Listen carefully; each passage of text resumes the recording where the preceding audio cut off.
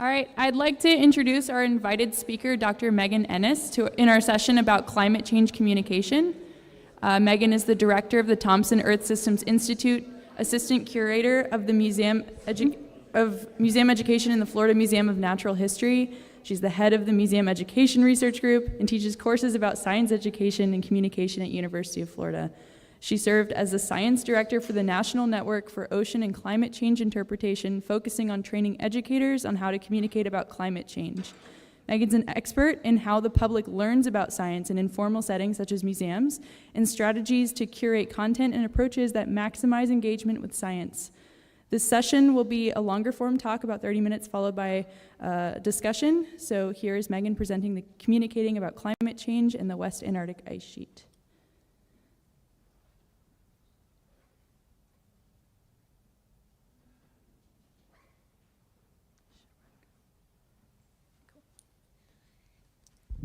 Wonderful. Thank you all so much for allowing me to come hang out with you today, even though I don't study ice or Antarctica, so I appreciate you letting me come hang out. Just to tell you a little bit about who I am, I'm an assistant professor across the street at the Florida Museum, so if you are joining us this afternoon, please do make sure you check out the museum. Lots of really awesome stuff, particularly the butterfly rainforest, so make sure you don't miss that. As mentioned, I'm also the director of the Thompson Earth Systems Institute, where we help scientists share their research with the public. So our entire job is to help take the work that you do and help you format it in ways that you can share it with a variety of audiences. And for today, what I'm going to share with you is related to my work on how do we talk about climate change with the public so that we can have more productive conversations. How many of you talk to people about climate change? Awesome, that's great. How many of you talk with your family about climate change?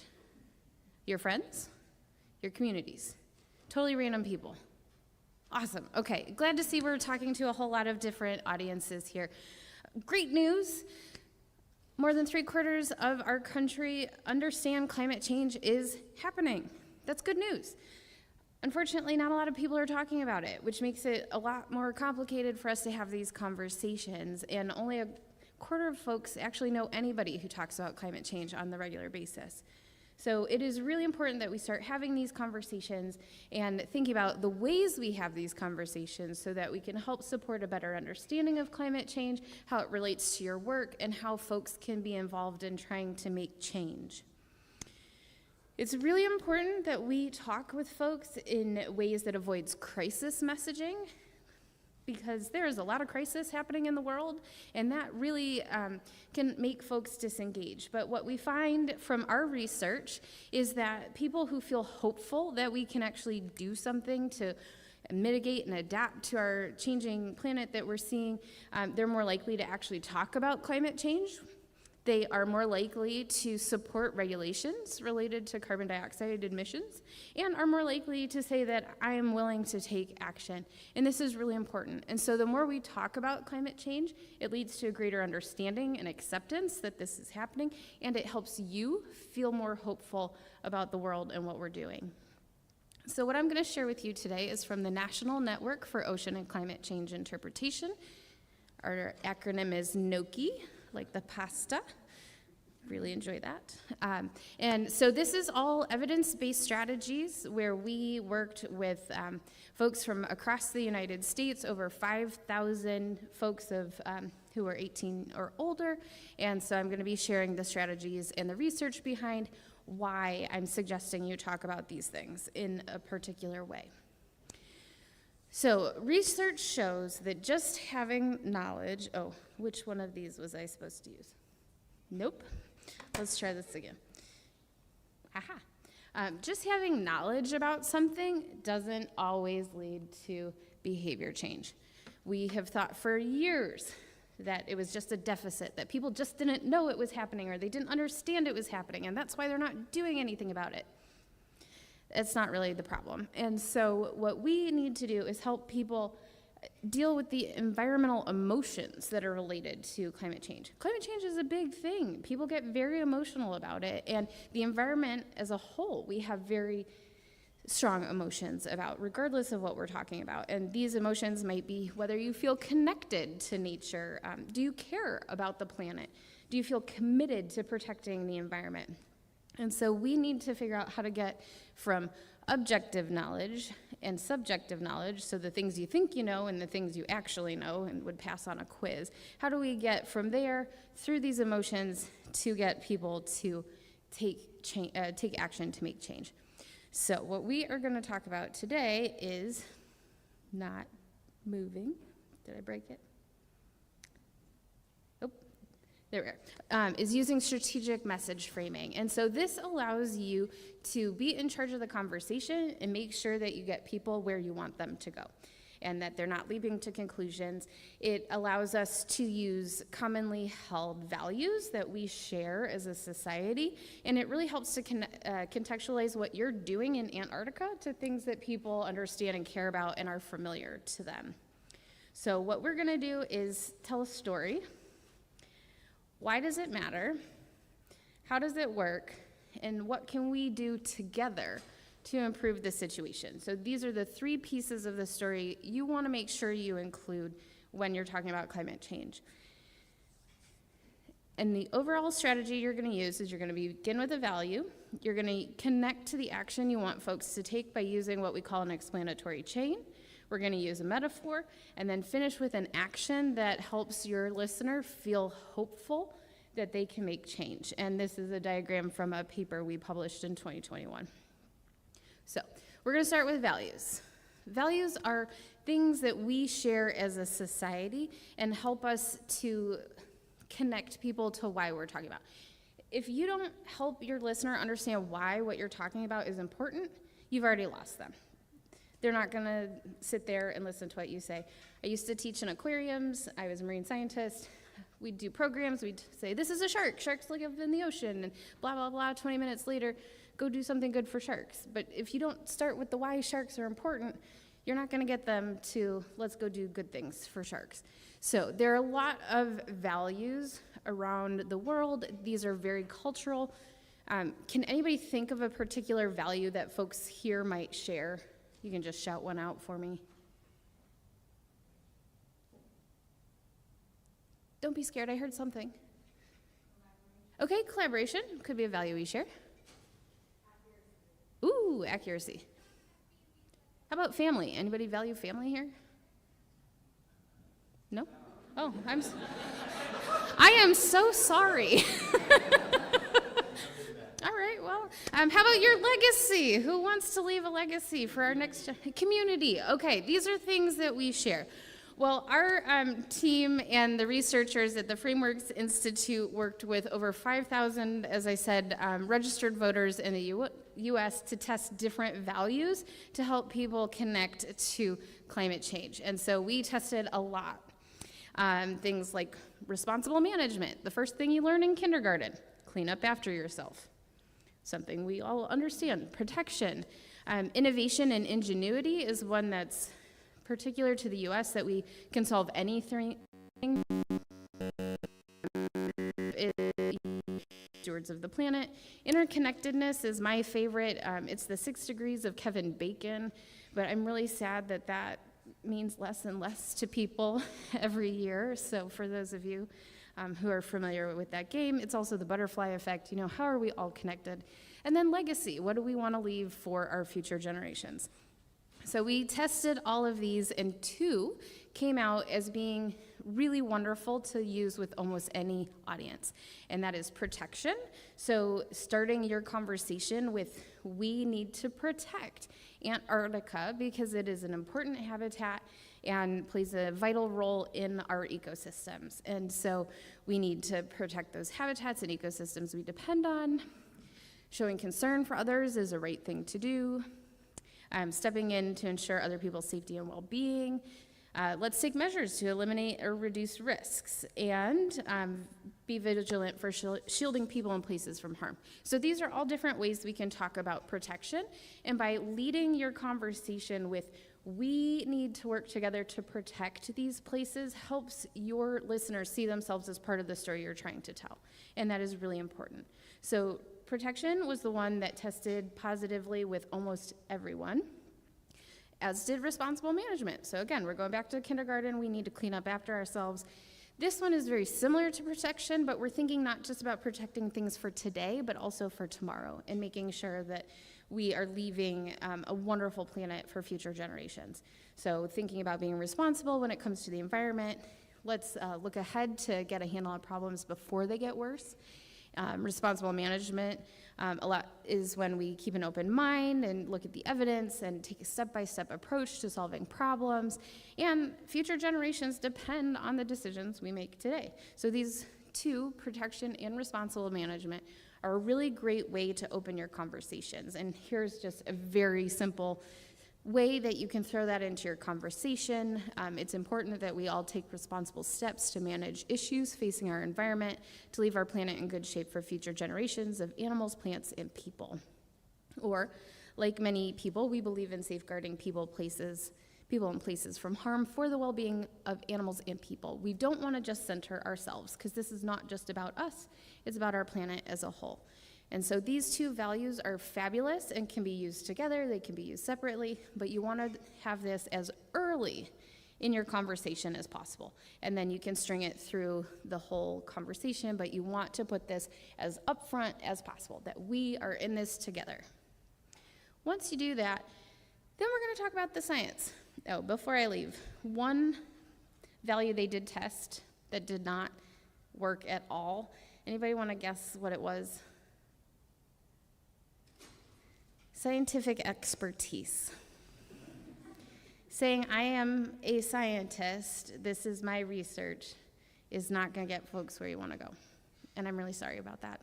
But we can talk to them about responsible management and protection, but by leading with, well, I'm a scientist and I know this, in our current culture, that's not going to get you very far. So do trust that these two will work.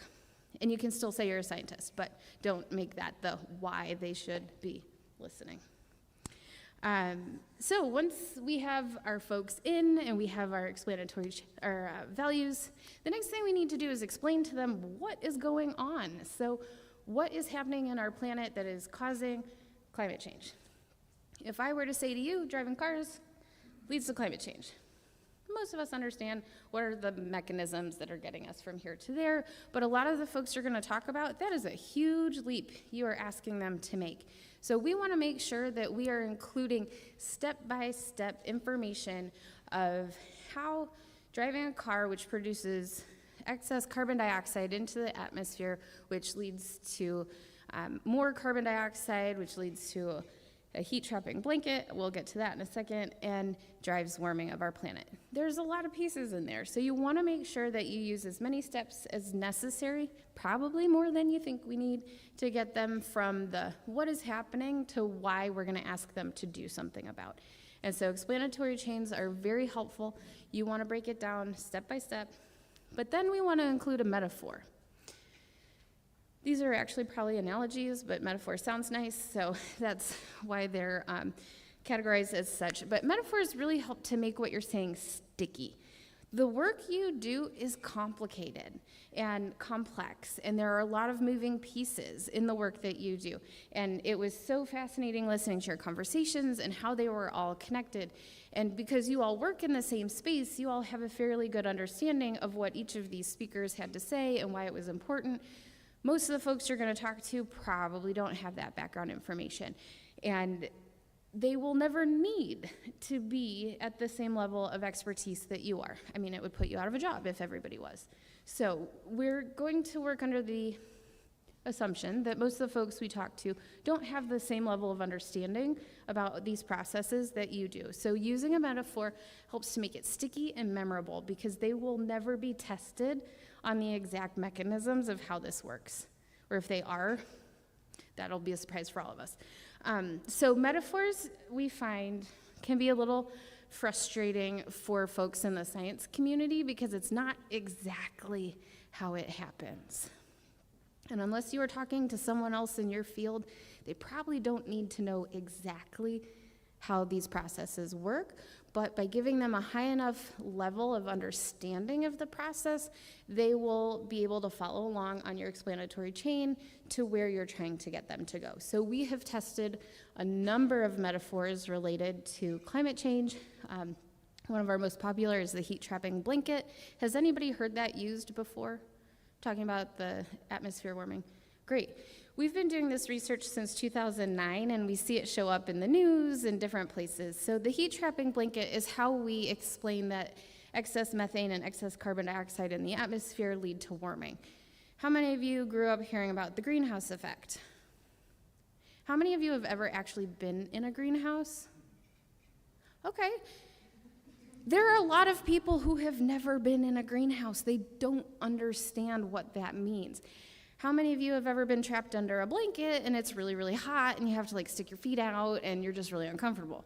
Like that's something that is much more common for folks to run into. So we tested the heat trapping blanket, which helps folks to understand what we're saying. And I'm sorry this is so tiny, but basically what you're saying is as we burn fossil fuels such as oil, coal, and natural methane gas, we are producing extra carbon dioxide that goes up into the atmosphere where it works as a heat trapping blanket, causing excess heat to remain in our atmosphere, leading to uneven warming across the planet. So it's a very super easy way to help them understand that process without having to get into the nitty-gritty details. We've tested a number of these. Regular versus rampant carbon dioxide is very helpful when people talk about, well, we've always produced carbon dioxide. Well, there's the regular natural processes of plants and photosynthesis and respiration and how carbon does move through our cycles, but what we are seeing is rampant human-caused production of carbon dioxide. And it's a very easy way to make a difference between those two. For those of you who work in the ocean, we tested osteoporosis of the sea to talk about ocean acidification. This only works with very specific audiences. I don't know how many kids you know that understand what osteoporosis is.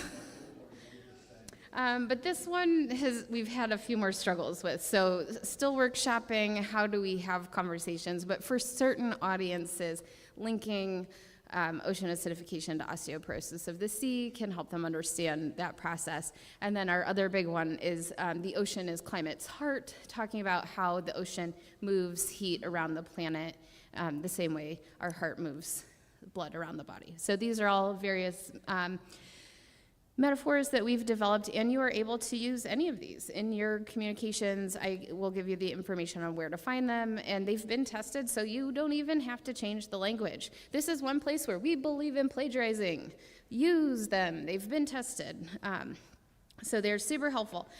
So once we get folks on board, we have our value. We've done our explanatory chain where we're explaining what the process is. We've thrown in at least one really great metaphor.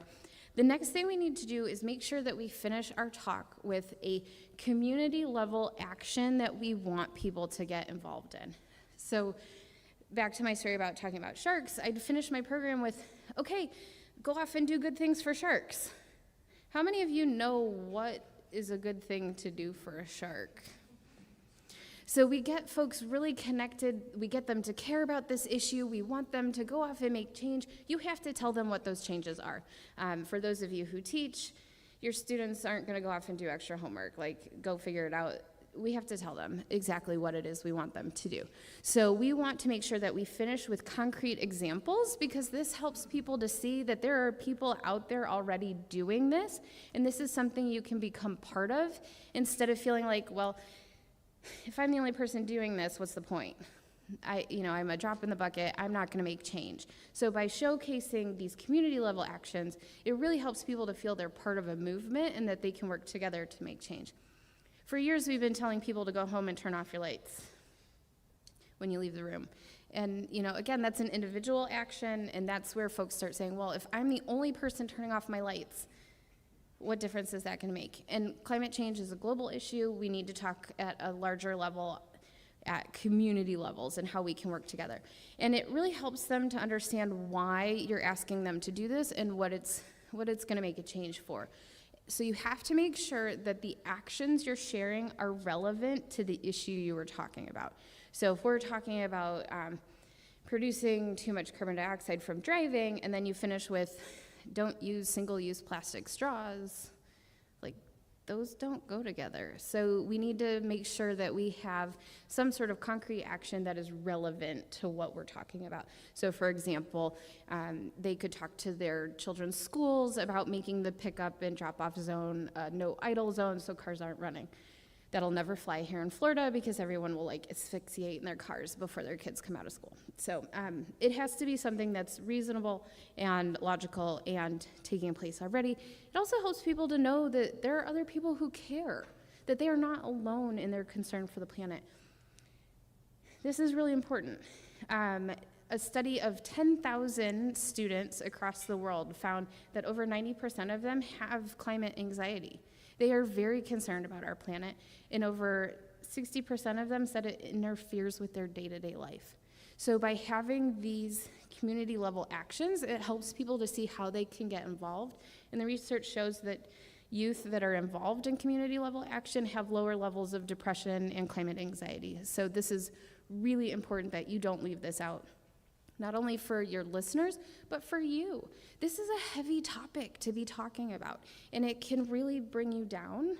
And by making sure that we include these hopeful actions that we can do together, it not only reminds your audience and your listeners that change is possible, it helps you to feel more hopeful as well. So this is super important to include, not just for the people you're talking to, but so you don't get bogged down and burned out and want to throw in the towel and, say, I can't do this anymore. So it's super important that you include all of these pieces. And one of the things that we're really trying to include as one of our actions is talk to people. People want to talk about climate change. And the more we talk about climate change, the more we talk about climate change. It's amazing how that happens. So the more people see these conversations happening, the more likely they are to participate in these conversations and be part of them. So to come back to our diagram from a moment ago, this is how our research falls into this study on behavior change. So we use those values to connect to the emotions that people have about the conversations we're having. It really helps to connect them, to bring them into the conversation so they feel part of the story that you're telling. Our explanatory chain and metaphors really help with our objective and subjective knowledge. And then we finish with those community level actions that help people to see what sorts of changes can they make to help protect the planet. So just to summarize, this is our overall story that we are trying to tell. We are going to use our values, so responsible management or protection. We're going to then get into the science of what we're talking about, making sure that we use an explanatory chain so folks understand how we're getting from point A to point D without losing them somewhere in that lake and the ice sheet that you all were talking about earlier this morning, and then finishing with a community level solution. We're disagreeing over the word solution. There is no one solution, and we do acknowledge that. So I prefer the term action, that we are all taking actions to make change. And there are a lot of places where you can find actions that are relevant to the work you're doing. And you want to make sure it's appropriate for the community you are working with. So make sure asking folks to do is appropriate and relevant for them. I have a colleague, so we have museum and aquarium educators that have been teaching this since 2009, and I did a retrospective study with them to see, 10 years later, how were they still using it?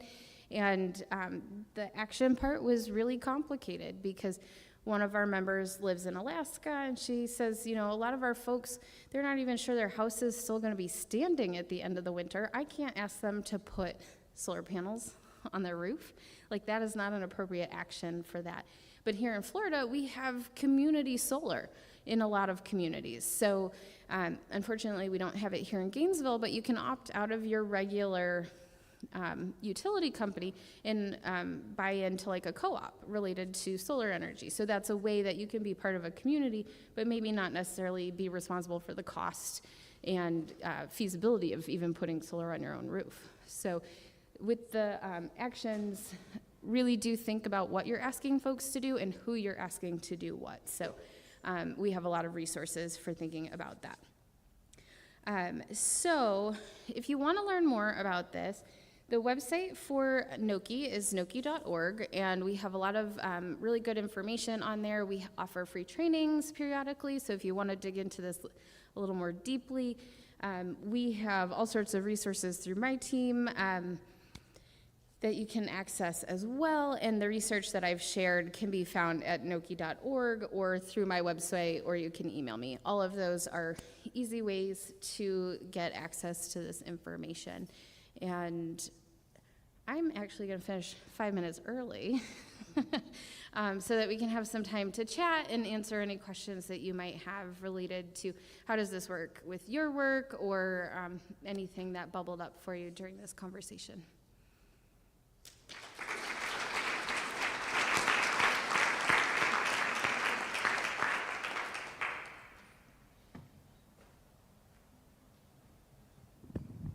All right, so now we're going to have a discussion until about 11:30. Does anyone have any questions to start us off for Megan, or even just the broader community in general? Ben? Yeah, thank you. That was fantastic. I really like the theme of hope throughout, and I guess sometimes the way that our science is most broadly communicated to the public is through the media, and I'm not sure that they always care about communicating hope in the same way. I'm wondering if you have any advice on how we can talk to them as intermediaries to communicate in an effective way that's not trying to make a clickbaity title or something like that. Yeah, and that is a good point. There are some organizations that do subscribe to the crisis messaging, but as we know, it shuts people down. And so there is a wonderful strategy that we use called bridge and pivot.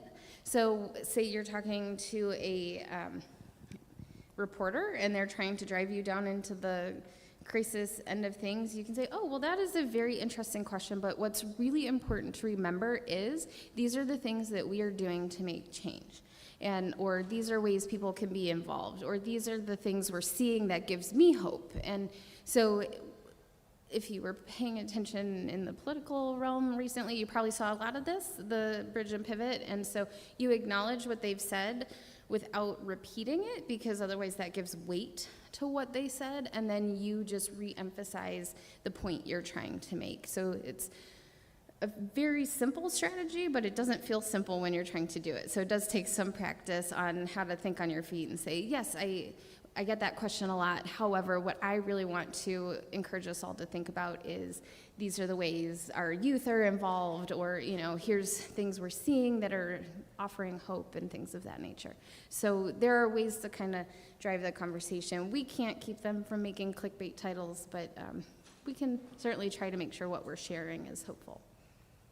I hope that helps. Yeah, very helpful. Thank you. Okay. I was going to mention the media as well, because it's just such an obvious issue, because that's where people get information and misinformation and disinformation. But I have a different point. One of the most common rationalizations when talking to someone is, yeah, but China, right? It's like, well, what we do is because China, and it's usually built on old information that China's building 200 coal plants every week, and that's not true anymore. Of course, China has gone very heavily in renewables, and so it's important to point that out to people, and they don't believe you. They still think, oh, they're just burning fossil fuels, and so what we do is insignificant compared to evil China. And I don't know if you have any strategies of a response to that, because it's something I've heard many times, and I'm sure other people in this room have. And I'm so glad you brought that up. We just had a whole week of conference workshops for folks who are part of our network, and that was one of the conversations we had, was about the fact that China's actually leading the way these days. So. And don't we want to be competing against them rather than stuck in 20th century technology? So that might be another one of those great bridge and pivots. I am so glad you brought that up. They are doing amazing things these days, and here are also ways that we are working together in our communities to keep moving forward as well. But you're absolutely right. And I didn't really talk about the 6 Americas. The folks fall into the alarmed to disbelieving on the gamut of climate change, and There are so few people at that far end of disbelieving, actively denying climate change. It's such a small number. And I'm going to tell you, you are never going to change their minds. So there may be some folks that you are never going to change their mind because they have dug in and they are happy to be there, and whatever you say, you are not going to change their mind. And this is my permission that you don't have to try. Please don't bang your head against that wall. You are not going to move that person. So there may be some folks that you are just never going to reach. But the rest of folks, about 90% of America, they're somewhere else on that gamut. And you can talk with them to start bringing them into the we care and we're doing something about it. And so we like to talk about, you may not move them the first time you talk to them, maybe the second time. Or when they hear it from you, because you're using the same language as you, as people start to get it over and over again, we can shift them along the way. So there are some folks that we are just never going to change their minds, and that's just how the world works sometimes. Yeah, I just sort of reiterating the last point. I think the hardest thing in the sort of national and global situation that we have right now is getting people to accept information from sources other than the one single channel or the one single focus that they get it. And that's sort of the hardest thing, I think, to break, and I think it's the one that would be most effective if somehow we could figure out how to do it. Yeah, and what's exciting about this work is we have more than 30,000 educators trained across the country that use the same language. And so the more folks are exposed to the same language and the same story being told over and over again, even if we're talking about the Antarctic ice sheet versus sea level rise in Florida, we can have these different conversations, but if we're talking in the same language, people start to come along and understand that it's not just one person telling me this, that there's a whole cohort of us that are having these conversations. Thank you. Thanks, I really appreciated this talk. I'm wondering if you had advice on talking to folks who are maybe on the more informed but hopeless end of the spectrum, because I think this is what I see with my students a lot, that they know what's going on, they're bought into the urgency, and they feel like they have no agency in it because now it's an issue of politics or global shipping emissions or things like this. And I struggle a little bit with how to communicate with them about what agency would look like for them and how they can not be so hopeless. Yeah. Absolutely, and that is particularly tough for our 11 to 18 crowd because they get pushed to the sides of the conversations and they don't feel like, and we say, you all are responsible for fixing this mess that we made, like that. Great. That's exactly what our teens want to hear. So finding those community level actions in your community that folks can take part in, just showing them that there are people out there doing these things is really important. And I actually have a grant where we're working to help youth 11 to 18 facilitate civic action projects related to climate change. So they sit down and they figure out an issue in their community that is related to climate change, and then we dig deep to what is the actual cause of that, because if we try to solve global climate change, of course, none of us are going to feel agency for that, but if we find things in our community that are related and the students can work together to figure out what is the root cause of that problem, but then we're not going to ask them to solve that problem. We're going to ask them to figure out who are the decision makers who can actually make long-term change related to that problem. And so rather than being a service learning project where we go out and build a butterfly garden, they figure out who it is in their community, whether it's university president or the city council, or we try to keep community fairly bound. And then they figure out who that person is that they can ask to make change, and then we actually make them go ask that. And sometimes they say yes, sometimes they say no, sometimes they don't hear anything at all. But it's the process of going through that and learning how decisions are made can really make a huge difference. So finding community opportunities that already exist, and then encouraging them to engage in civic action is really important. Thank you. Mm-hmm. Hi, thank you so much. And I think that this is kind of branching off of what you just said. But climate change is unfortunately a very political issue. And so how do you recommend helping bridge that gap between individual action is important, but the overall policies surrounding climate are also really important. And so helping people like be aware of what policies are in place, what's being proposed, and then support changes on a larger, more national scale. Thank you. That is a great question, and one we are going to see a lot of coming up, I'm sure. That's one of the struggles we all face. So depending on what kinds of organizations you work for, if you're a state agency, if you're a private organization, if you're an NGO, we run into an issue between education and advocacy. So with our talking about the actions we want people to be involved in, as a state employee, I can suggest people learn about the policies and give them a list of what policies are coming up. So our institute, which is the bottom one there, we actually have a newsletter called Earth to Florida, and it depends on when the state legislative session is, we do a special legislative issue where we say, here are all the environmental issues that are going to be in this session, what they mean for our state, and then we hope that people take action related to how they feel about those different things, because I can't say you need to go tell your local person to vote this way. But we can give folks the information and then hope that they,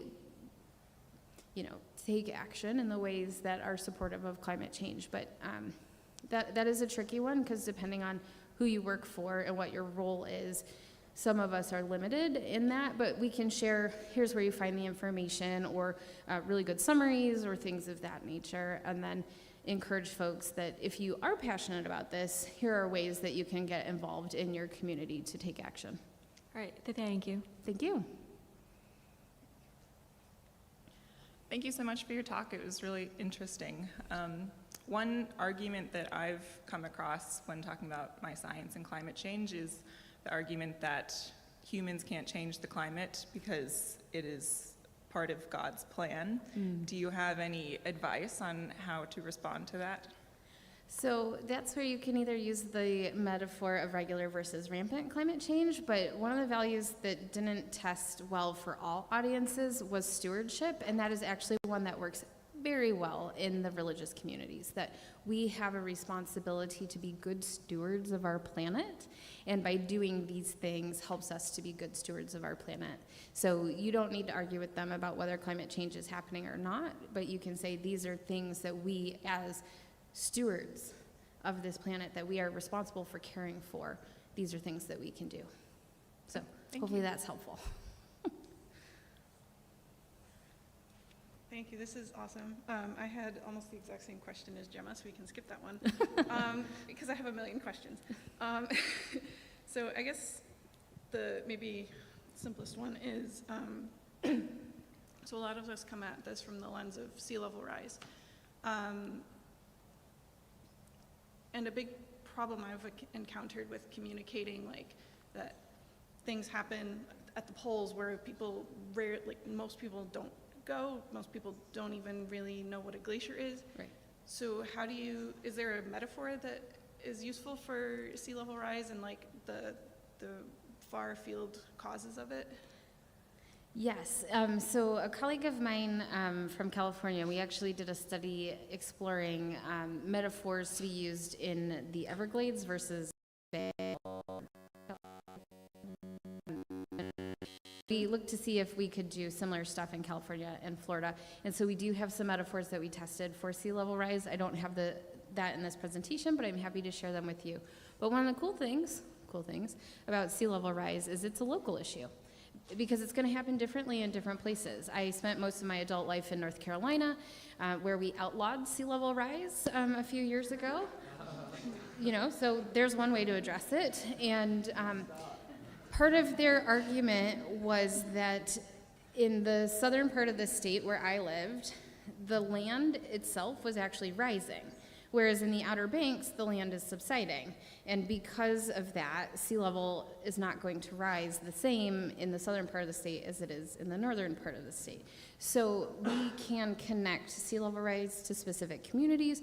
So in Miami, they're actually getting ready to redo a bunch of their public transit, and they're thinking about how do you do that both to reduce energy use and deal with things like, we're not supposed to call it fair weather flooding anymore. I forget what the new term is, but when we experience flooding when it's not raining. So they're trying to address that in their community, because while the causes of that are happening elsewhere, it is something that is very much impacting their community. So they're able to talk about community actions that you can take in Miami related to sea level rise. Cool. And if it's okay, I have another one. So we address, like, people believe climate change is happening, but not necessarily that humans cause it. But kind of going beyond that, like, how do we convey that climate change is a root of many other problems, like geopolitical unrest, food, I mean, I don't want to steal your question, but like food insecurity,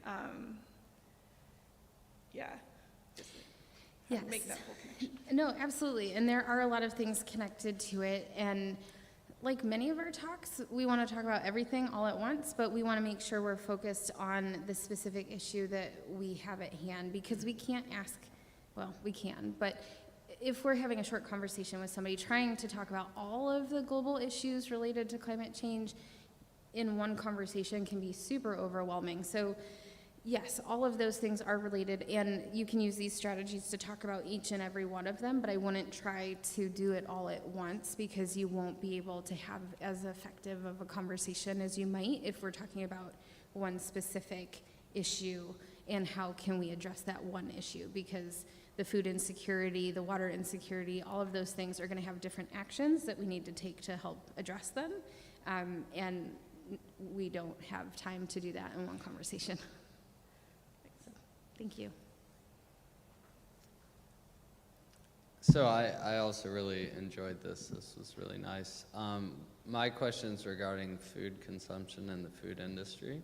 I noticed I either missed it or I didn't see it up there. So I was curious how that fared when you brought it up with different groups. And if you have any advice for those of us who sort of care deeply about this and usually end up in arguments about it. Well, I would recommend taking a full training with us. We do ones that take up to 7 weeks, where we will actually help you take your science and craft specific messages for your work, as opposed to the more general things that I was sharing today. And in terms of the food issues, though, it would depend on what your conversation's about. So if that's what you're talking about, as opposed to the Antarctic ice sheet, you would use the exact same strategies, but make sure that the solutions that we're talking about are more tied to that particular issue. So, you know, local grown foods as opposed to buying things that are shipped away, eating things in season, reducing your meat consumption, you know, all the things we know. But, you know, those are more individual actions, so thinking about how do we change our food infrastructure. So you would really want to tie it back into the particular asks that you're asking people to do. And I don't do a lot of work in that space, so I don't have any good examples for you. Yeah, okay. My question was regarding climate, in fact, and the connection of the food industry, food consumption, and climate. Right, and so you could absolutely talk about that within the whole structure. And so by starting with, you know, we have a responsibility to manage our planet together, you know, and then you would get into the how food production drives climate change, and then make sure you have all of your explanatory chain, potentially a metaphor. Heat trapping blanket would probably fit in quite well with cows. And then make sure that you get to those actions that people are taking, trying to make those changes. So you would use the same strategies, just different subject. Okay, thanks. Mm-hmm. Sorry for coming back to the mic, but I have think we something have time. very specific Oh, goodness. to this community. Okay, great. Okay? Now, there's a single paper that was published in 1978 that got me into this. Okay. And that was a paper that many in this room are familiar with, and if you aren't, you need to read it. Classic paper by John Mercer called The CO2 Greenhouse Effect in the West Antarctic Ice Sheet, A Threat of Disaster. Okay. That was the name of the title. Very crisis message. And it was a brilliant observation that sort of set a hypothesis that the West Antarctic ice sheet might have disappeared before, which means we need to worry about it. And this is when people were talking about the coming ice ice age in the public. Okay, I'm old enough to remember that. Probably not too many people in the room do. But that was the thing that the media was talking about, that global cooling in the coming ice age. Okay, now the reason why I bring this up was that question intrigued me, and I wanted to test it. And what I was thinking at the time is this is a very interesting academic exercise, and maybe John Mercer's right and the West Antarctic ice sheet can collapse, but I'll never see anything close to that in my own lifetime, because we're talking about, you know, in the next 400 years, 500 years. That's the way I was thinking about it. And in my, you know, 35, 40 years of doing this stuff, we have seen changes happening much, much, much faster than we anticipated a few decades ago. And that's really scary on one hand, but what it also means is the ice sheet responds more quickly than we thought, which means if we start reversing CO2 trajectories, then the worst scenarios can be potentially significantly delayed. And so there's a hopeful message in the fact that the West Antarctic ice sheet seems to be changing faster than we used to think it might. And that might be something we'd want to discuss in this community. Oh, that's very interesting. Thank you. Hi, I have a question. With once finding common ground with a person, regardless of their decisions at a polling place, how do you recommend maintaining that momentum to actually make sure that they produce actionable steps? Yes, so we suggest with the values, you use them early and often. So by bringing them back into your conversation in different places, it helps to reconnect them with why we're having this conversation. And if you're involving community level actions within your community, that also helps them to feel more connected to it as well. And on occasion, you will have folks have some arguments with you, and that's where that bridge and pivot really helps to bring them back around, to remind them of why we care about this, that value, and to focus again on whatever message it is you're trying to get across that they are disagreeing with you on. And I have to tell you, I've been doing this work since 2009. I think I have only had one person ever try to get in a real argument with me about this. So most people are pretty open to having these conversations because the values help us to work within their world values instead of trying to change their world values. That these values can work within various political beliefs and religious beliefs and just different cultural beliefs. So by using those values, we can work within those spaces instead of trying to bring people out of those spaces. We're not trying to change anybody's being, you know, we're just trying to help them better understand what's going on. So hopefully by bringing those values back in again really helps to reconnect them to the conversation we're having. Okay, so if I got this correct, if you like notice a loss in momentum, just default back to those value systems that you found like common ground on to begin with. And Okay. remind them why you're talking about this. Thank you. Thank you. This is more of a comment, but from a lot of the questions in the audience. So in 2018, I wrote an article in the New Zealand Herald called 8 Easy Ways You Can Change Habits to Help the Planet. And I think it's basically a list of examples as a resource to be helpful. So if anyone's interested in using that, that's somewhere you could go to, 8 Easy Ways you can change your habits to help the planet in the New Zealand Herald. And then the other, another interesting example I heard a few weeks ago was actually with respect to Noah's flood and flood preparation. So that's also a good example you can use if you're talking to religious folks about flood preparation. And Reid, your comment around the US-China thing. In New Zealand, we're a small nation, so we deal with this all the time. You know, why should we do anything? And there's two good examples I can think of. One is if all of the small nations combined did their part, it would equate to more than 25% of the planet. So that's one. And then the other one is if we think about our troops in the war. Was every person who was doing their part in the troop making an effort? So should that one person not? I thought that was a really powerful one to think about. And so it was kind of just a few comments Sure. to share with everyone. Thank you. So it seems like a lot of these suggestions are around trying to think about how people would change behavior or things in this particular context. Another background piece of context is faith in institutions is really low. Faith in higher education and science is really low. Part of at least some of the process of that may be that things that seemed previously apolitical have been politicized. And organizations and professions and institutions that previously had as their highest value objectivity, truth production, epistemological callings, started to be perceived as political instead. Do you have any concern that this type of process engaging at all feeds into that narrative and could erode faith in institutions and the scientific enterprise to weaken its truth producing credibility? Can you expand a little bit on your question there in terms of how, what So, you're I mean, thinking in if terms you of could imagine eroding? someone, of course I wasn't, around half a century ago, but my perception is that people viewed a person who was a physical scientist as mostly beholden to trying to understand how nature was. And if you were to ask this person how they produced their results, they'd be like, well, this person's just trying to understand nature, and that's their thing. The way that, perhaps when people had faith in courts more as apolitical than they do now.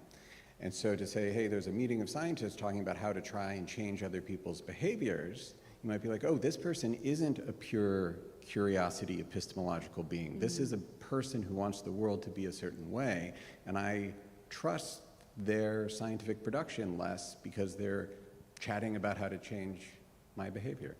Sure, and one of the conversations we're having societally right now is that science is not neutral. I mean, anytime we're doing science, there's some sort of outcome we're hoping to get, and we want people to use our findings. And so one of the important things to remember about this work is we're not giving fake information, we're not making up stories, we are just highlighting the parts of our work that are most relevant for the conversation that we're having and ensuring that people can understand. So Yeah, I guess my question is, so I agree with that assessment. I think a lot of sort of the philosophy of science and sociology of science highlighted that objectivity is hard to achieve, and we see that. I think the question is, when looked at that, because people are still people, should we be aspiring to objectivity, or should we be leaning into the politicality of it, and not for the what impact does it have on the world, specifically for what impact does it have for faith in institutions, specifically scientific institutions? Right, but I think that back to that point is none of us are objective. Our institutions aren't objective, we're not objective, there is no neutral. I mean, even if we say the science we are doing is neutral, it's not. I mean, we all have our own biases and how we're interpreting the results and what we're hoping to get out of it. And what's the point of doing our research if we just do it and then put it on a shelf somewhere, that we're not trying to use it to better our planet? And I mean, this is very much my opinion. This is not representative of the people who have hired me. Whatever I need to put in there as a disclaimer. But I think it's very important that we do these things, because will they trust us if we're trying to say we're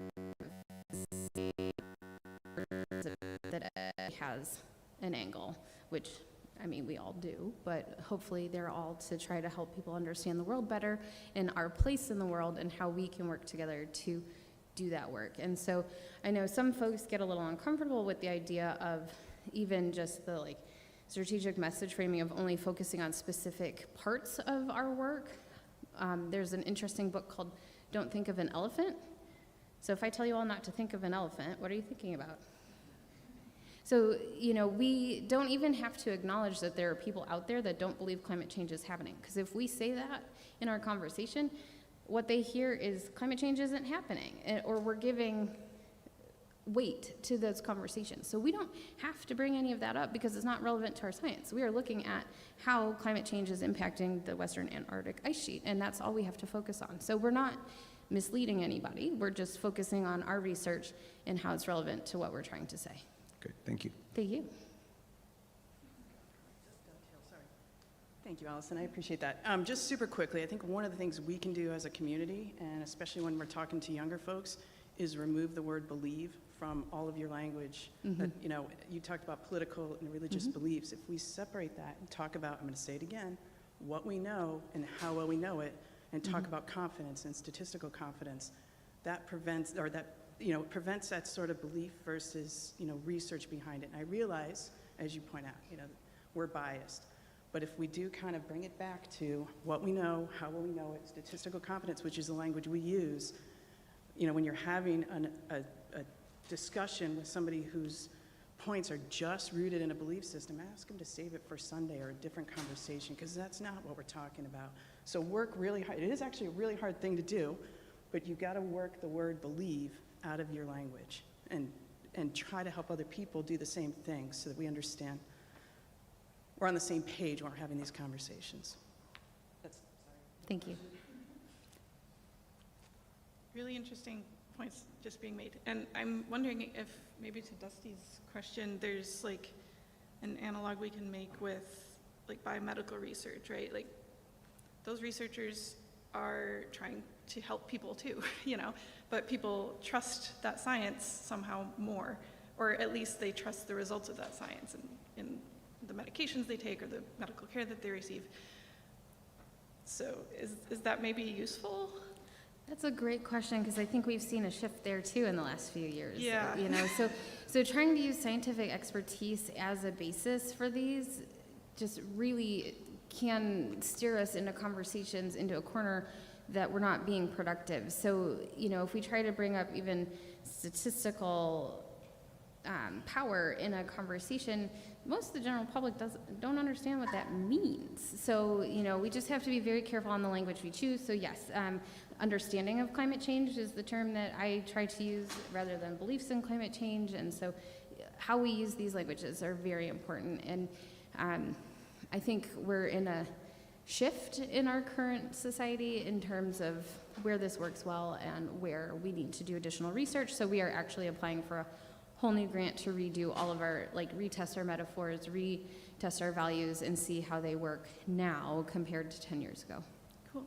And actually, that my actual question that I came up for dovetails perfectly off of what you just said, which is, where does this framework work best? Is it in those individual conversations? Is it in talks that we might give? Or can it also work on like social media through videos Yes. or even just text? All of Yes. the above? Yes. Great. And actually, if you're a student here at UF, I teach a whole course on this in the spring. It's online, asynchronous for grad students, so sign up. And we'll spend a whole semester doing this. Thanks, Megan. That was Thank great. Going off of some of the earlier questions and your point about like being a scientist not being a very convincing thing, like to you, what would be the ideal role of scientists in the climate change communication world? Like, are we just not good messengers? Should we step back, or do we just need to do things differently, or do you think that climate change communication should be the responsibility of people who are not us, and will it be better received by other people? I think it's a team effort, and actually our network is made up of scientists and educators. So when we first started doing the training, we did a study circle, and it was part scientists, part educators, because the educators need to learn the science so that we can better communicate all of that. And it gives the scientists an opportunity to learn more about effective communication strategies related to this particular topic. So I think it is hugely important that we all go through this. And so I actually served as the science director for our organization for a while. I'm working on getting a training for all of our scientists over at the museum, because I think these strategies work regardless of whether we're talking about climate change, biology. I have engineers that take my class. Like, we're able to use these strategies to facilitate all of those conversations. But no, I think scientists are so important as our messengers. So our institute, TESI, has a whole program called Scientists in Every Florida School. So if any of you want to talk to K-12 students about your research, please reach out to me, and we will connect you. We will help you think about how to have effective conversations, because we need to be having these across the whole lifespan. So we do fun programs like Science on Tap. So we had the folks who study the Greenland work came and did a Science on Tap for us in February, and we had a phenomenal time with the public learning about the work you all do. So there are a lot of great ways for our scientists to be great messengers. I think it's a little more difficult as a scientist because we have many audiences that we work with. We have our academic audiences, we have our students, we have the general, there's no such thing as the general public, but we have the general public, we have K-12 students, a whole gamut of folks that we have to work with. But we are trained on how to talk to academic audiences, and that just does not translate very well to the public because most of them don't have the same training we do. So we all need to work together. I think every single one of us needs to be having these conversations because the more we talk about it, the more we'll talk about it, and the more hopeful people will feel that we can all come together to make change. Thank you. Thank you. I wanted to circle back to the media thing that Reed brought up because I think it's incredibly important for our community. There's some comment, some question here, but I guess I'll take a poll just like you did. Great. How many people in this room have used the term doomsday glacier? Oh. How about that? Do we know where that term came from? Right? That was invented whole cloth by a reporter. Wow. Right? That's a terrible phrase for us to use. And now we put out press releases that say the so-called doomsday glacier, which drives me insane. Yeah.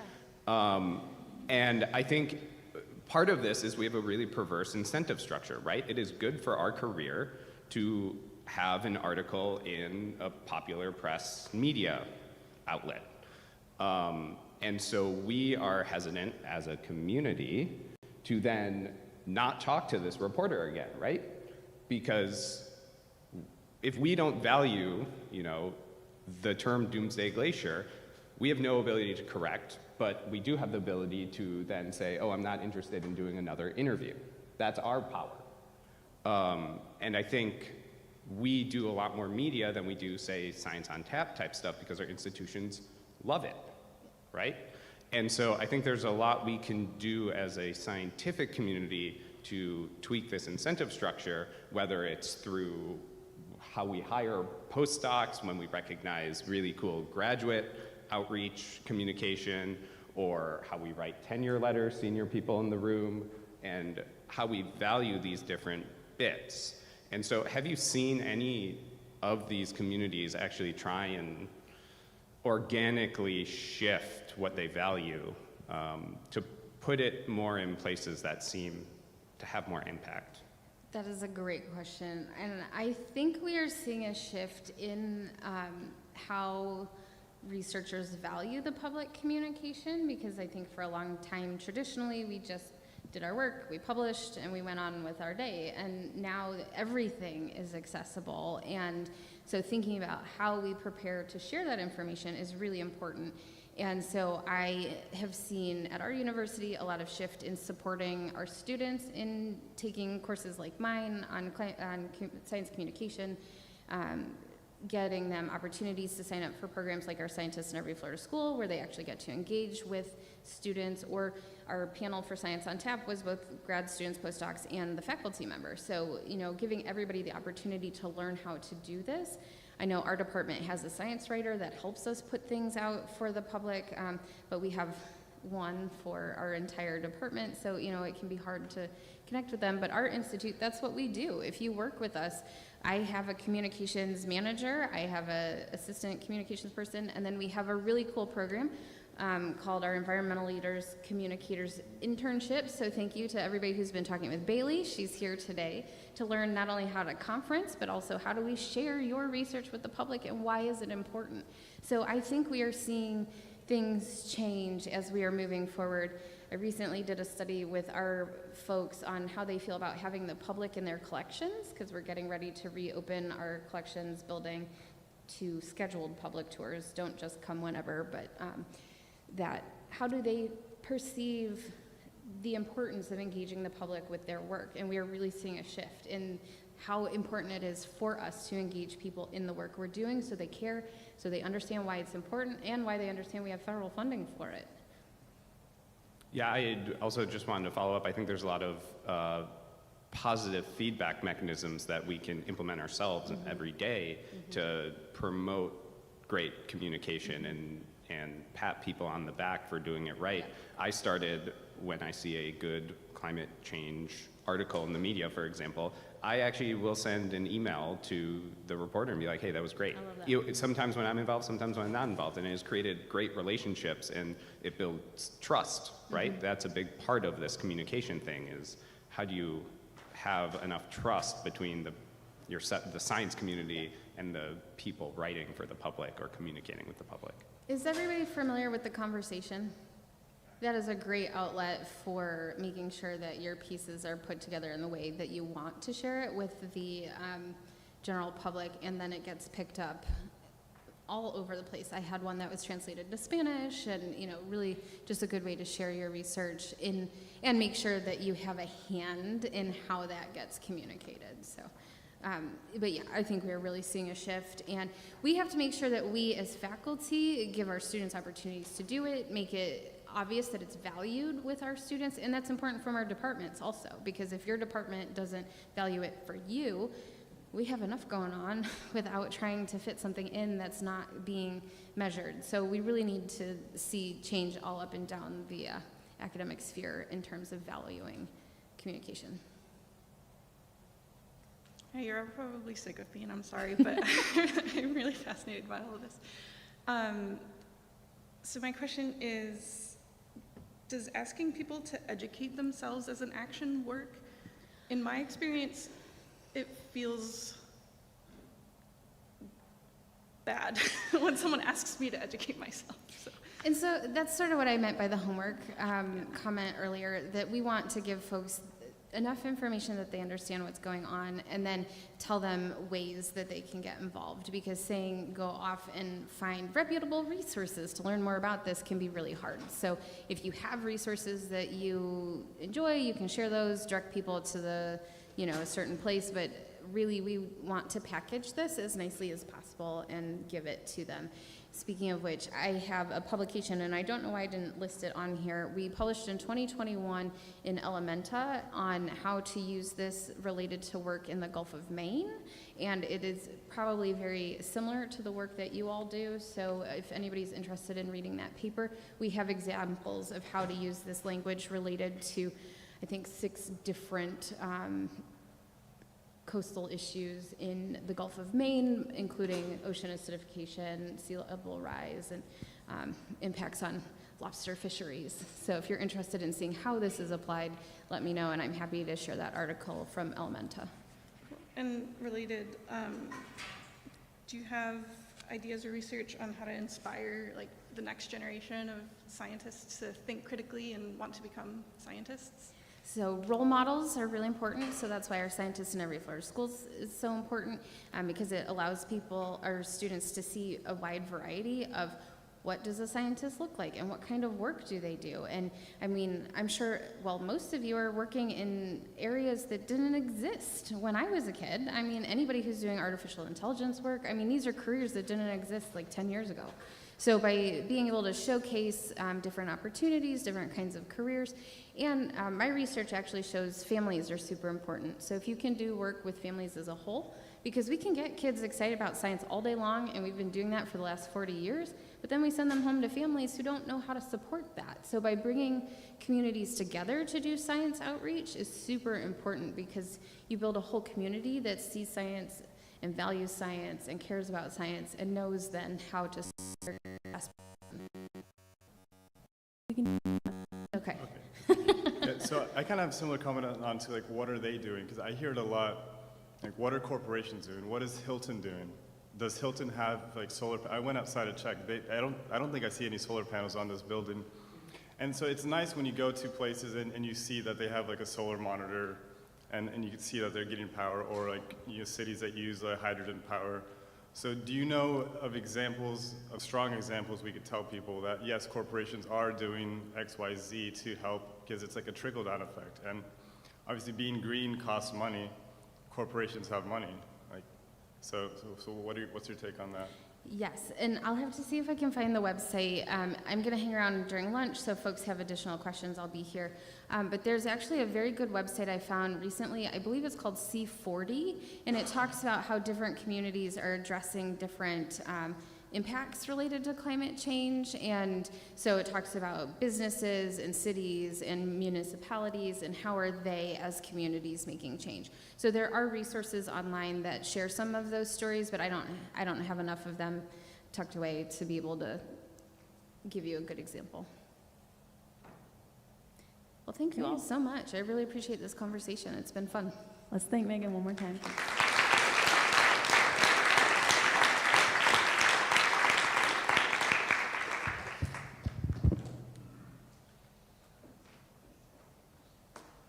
All right. I realized I did not introduce myself last time. I am Hannah Verboncoeur. I am a PhD student at Colorado School of Mines. And I think we're going to get started with session 8. All right.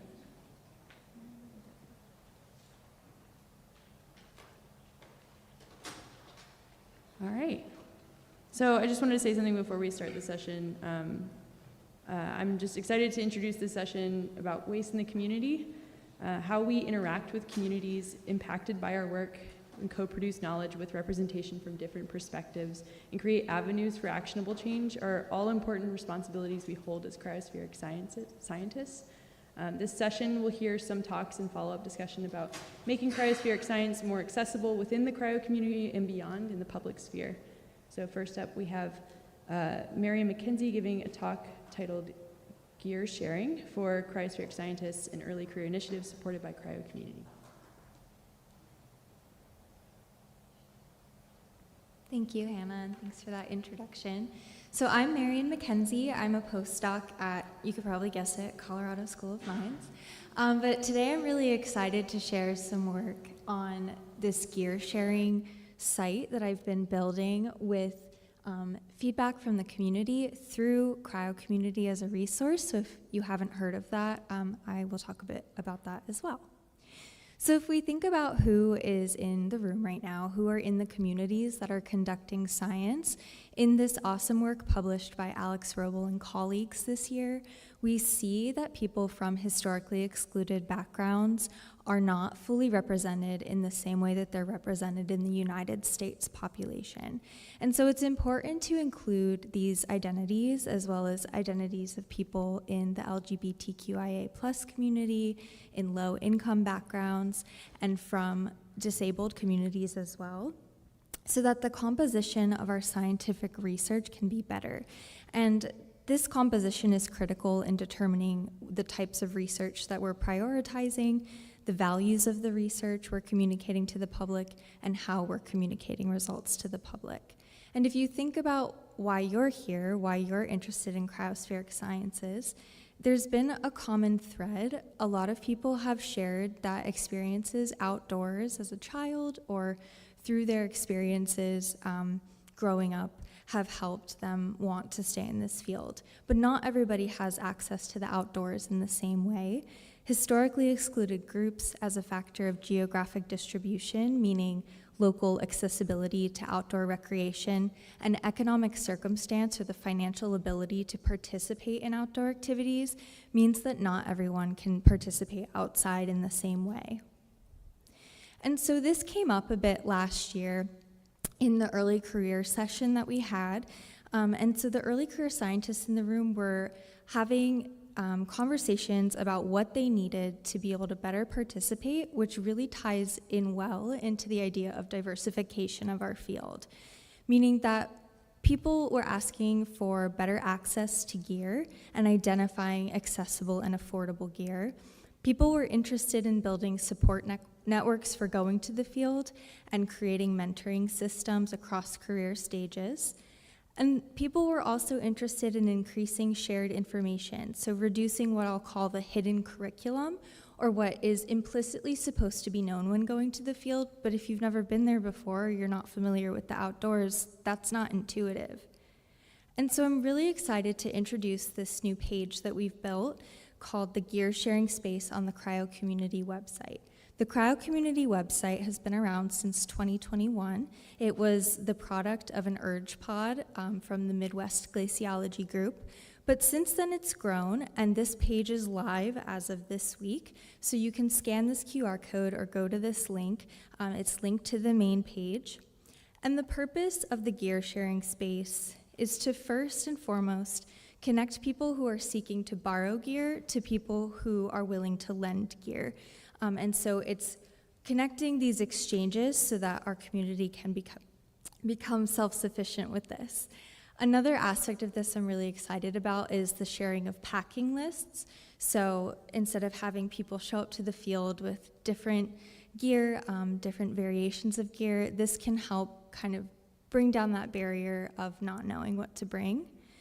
And then I'm also creating a list of store locations that provide or repair used gear. So for localities around the United States, this can be helpful information for graduate students and other early career researchers.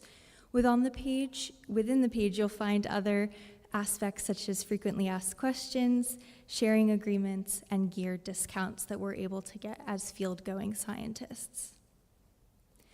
To participate in the lending and borrowing program, you'll go to the website and you can check the list and see what gear is available or what gear people are asking for.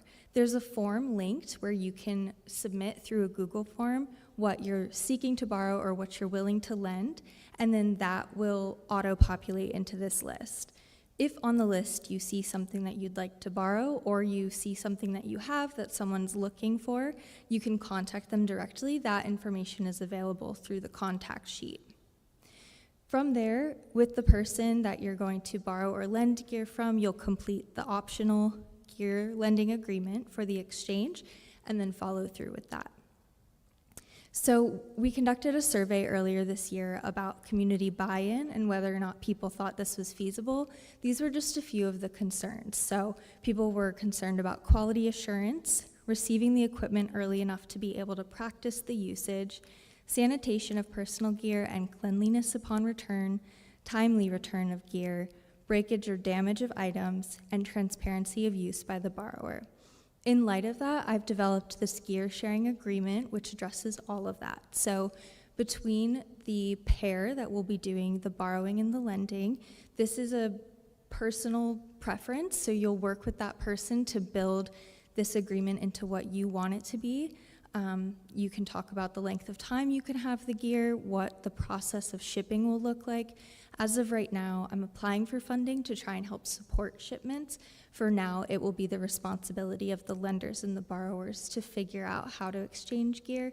If you're geographically close to someone, you could drive and meet them and share it. So this is kind of the basis of the idea, but the more community buy-in we have, the better it'll become, and the more it will evolve into something that's useful for everyone. The packing list portion, there's also lists for this. I hope this isn't just my experience, but this is what my living room floor looked like before leaving for the field. And so it's one of those things where you're trying to figure out everything you need, put it all in one place, and sometimes it's really nice to just have lists available and people to contact to talk about that. The other components are the FAQs, so when, and hopefully if we get funding, that will be available information through the FAQs. We'll be able to look at the sharing agreement and create your own through the website, and then explore gear discounts such as through Outdoor ProLink, Expert Voice, and others. The physical gear sharing is just starting within the United States. One of the grants we applied for is contingent on it being US-based, so we're going to start in the contiguous US, but all other components are globally available, so anyone from anywhere can contribute to local packing lists. The timeline for this, it's starting to slowly spin up right now. So for this year's Antarctic field season, I hope to have it fully live for the spring so that individuals participating in glaciology field courses such as JERP, which are pretty gear intensive, I hope that they'll be able to utilize this resource. And then throughout the future, I'm going to be maintaining the site, making improvements, and seeking funding. This again is the link, and just to reiterate, this resource is meant to lower barriers of entry for early career scientists into the field so that they feel welcome and have all the information they need to be equipped to going into the field. In a way, it will increase sustainability, address gear shortages, and lower cost of new field projects with the caveat that it's still really important for people to be budgeting for the proper field gear. This isn't a way to cut corners because that can be unsafe for field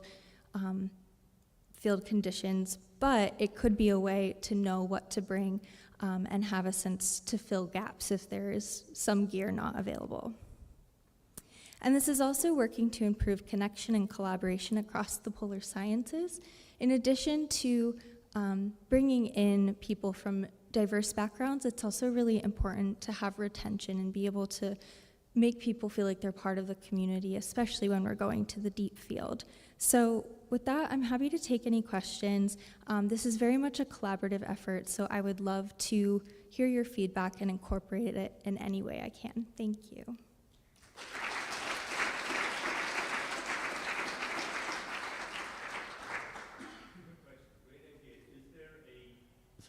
Is there a pool for donated gear that can be shared among the community as opposed to individual loans back and forth? Yeah, so that's something that has come up. I intentionally did not want this to become a gear repository because that is very manpower it's a storage intensive. issue. Exactly, and I want this to be sustainable. So like when I move on or do whatever I'm gonna do next, because I'm a postdoc, I wanna make sure that this can continue to live on. Ideally, that would be awesome, but I feel like we just don't have the resources to make that happen. Makes sense. Thanks. Thanks, Marion. This is a really important topic. I had to step out at the beginning of your talk, so sorry if you already brought this up, but the clothing distribution center with the U.S. Antarctic program has kind of trended, and like this maybe predates my experience going down to Antarctica, but it used to be that there was a lot more options and supplies and things that people were provided, and it seems like it's trending towards less and less. I wonder if you have talked to them or if you have any perspective on how we can kind of like get more funds allocated there where like there's more certainty on what will be provided and maybe keeping what we do have there, or like, yeah, who we can lean on for that. I might put your question on hold until we go to discussion, and then Kelly can answer your question. Love you, Kelly. Thank you for your enthusiasm, Ben. Next up, we have Marlo Garnsworthy giving a talk titled Animating Antarctica, Motivating the World, Harnessing Today's Most Powerful Medium in Antarctic Outreach Science Communication. Oh, yeah, good. Is that correct? That's on presentation mode. Hi. I need a little box to stand on. What a fantastic initiative that is. That's very impressive. So I'm going to actually start with an admission and a question after Megan's talk. I have used the phrase doomsday glacier, and I definitely started this education and outreach journey that I'm on, more on the, oh my goodness, we have to be all feeling afraid and doomed. And I don't take that approach anymore. So some of the work I'm going to show you definitely has that bent, but I'm moving in a completely different direction, trying to inspire hope and action. So my talk has kind of evolved from when I first submitted my abstract. So let's see. I'm going to start with a question next. Who has heard of or watched the video on YouTube called Dumb Ways to Die? Okay, quite a few hands. If you haven't watched it, I want you to go and watch it at some point later today or this week. I come from Australia, as you may be able to hear, and we have a very long history of funny and informative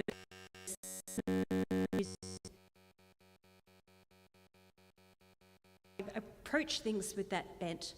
And I really want to have this presentation be kind of an invitation to you to approach me, to think about what kinds of funny and interesting ways we can talk about climate change and what's happening to the West Antarctic ice sheet and the polar regions in general. So, as you all know, social media is ubiquitous. We have millions and billions of users around the world, and so we have a marvelous chance to really get our message out if we have the right kind of messaging and the right format. And I really do think that using, how do I make this advance? It's not working. Oh, there we go. So I work in visual mediums. Just a bit of background for those of you who don't already know me. I've been working in publishing for most of my adult life. I'm an author, illustrator, and I work as an editor and art director as well. I've written a book about climate change for kids, plus a few others that are on science topics. But I'm really interested in animation, so I've teamed up with an animator called Kevin Pluck. He's really the brains behind the operation. I just make the art and he makes it move. So we have been exploring these kind of short form videos that you're going to see. And why it matters. Okay, I think we all know why it matters. We've covered that. Megan covered all those topics beautifully, so I'm just going to move on. And Baby Shark, 14 billion views. Okay, it's showing you the power of animation and music and poetry all working in concert. So can you imagine if we can achieve something like that about the West Antarctic ice sheet, about climate science? So put your thinking caps on. I want you to think about it. And I'm sorry if you now have that song stuck in your head. Okay, so iceberg flux. This is iceberg flux data. Mike showed us some beautiful examples of how that's been shown in a static format. Here's another one. So we decided to see how it would look when we put it into motion.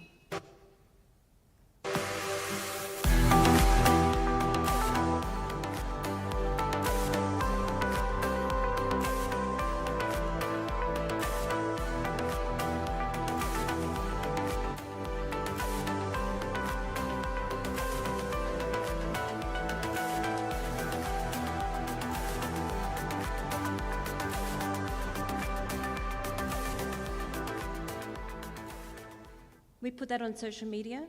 It was first picked up by the Weather Channel. We got lots and lots of views, basically went viral. Picked up by the Weather Channel, and then it was picked up by media outlets, hundreds of them all around the world. Very simple thing. It was an experiment. We did it for our Joy's Resolution IODP Expedition 382 that Mike and I were on, and it really had an enormous reach for such a simple thing. I'm going to skip those ones until later. Those are some of the other things that Kevin mainly has made.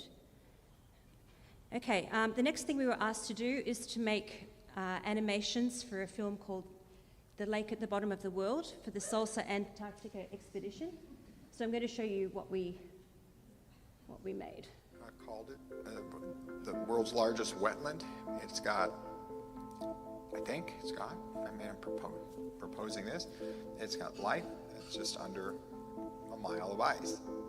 We're going to be going out to a lake called Oh, well, you missed the best part of that. Let's see if we can see it.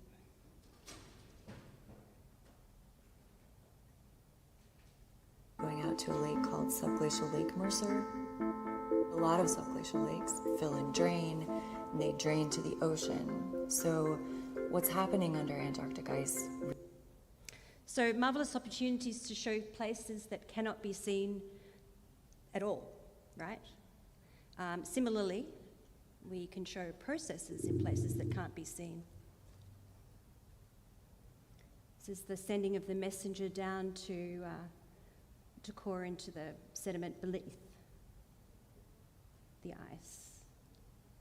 Once again, quite simple, but effective. Okay, now, I'm sorry, this one isn't hopeful. This contains some animated maps that we made for the same movie. Oh.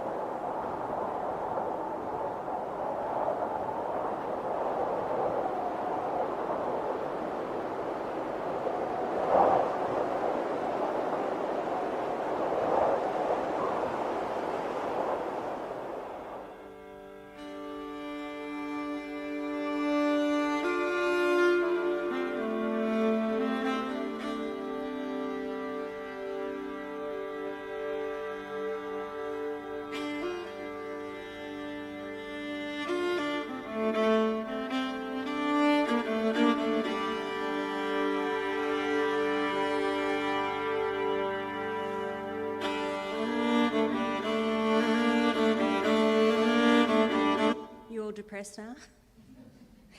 I showed that to a group recently last year, and there were a lot of Dutch people, and they all a nervous laugh when Amsterdam went underwater.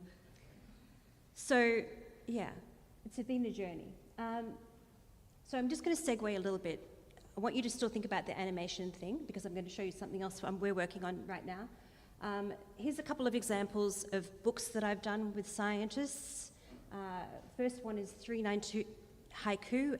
Jodi's IODP scientists wrote haiku poems about the expedition and the cause that they were seeing, and I illustrated the book. So once again, thinking about how you can combine your own creative talents with art to create products for the community. And another one I did for Expedition 382 about how icebergs form. The reason I made that is because, and this is something I really want you to hold on to, do not ever assume that people know what an ice sheet is, or how icebergs form, or what an ice shelf is. Always start with the basics. So graphic novels and comics, I'm going to run out of time, as usual. You can talk to me about that later. Science graphic novels are a thing. It's a huge, huge market, the graphic novel market. So keeping that in mind, now as the Education and Outreach Coordinator for a project called WAIS I am using animation and, run through this a bit faster. Animation and graphic formats to try and reach as many people as I can, not just the children, not just educators, but the general public. So we are creating this animation, which is still in development, to show how an ice shelf advances and retreats. It's got a neat little zoom-in function that you can zoom in on the various species of diatoms and things that are falling out of the ice. You can raise and lower the temperature to see what happens. Need to talk to our modelers to actually tweak that and get it working the way it should be. Like I said, it's in development. Meanwhile, you're building a climate core that you can analyze on the right-hand side so that people can learn how we use cores to actually understand what happened in the past. And there will be a lot of activities and material that goes with that to explain it. Similarly, I'm using a graphic novel sort of format in the education and outreach materials that I'm making. This is the first unit that is going to be released hopefully by the end of this week, and it starts with the basics. What is an ice sheet? What are ice shelves? Why do they matter? Okay, so then it'll build on, I'll build on that foundation with lots of different topics that we'll explore that are relevant to our science for WAIS 2C.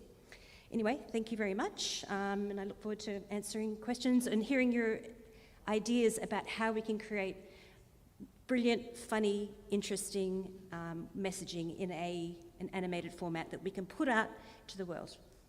Thanks.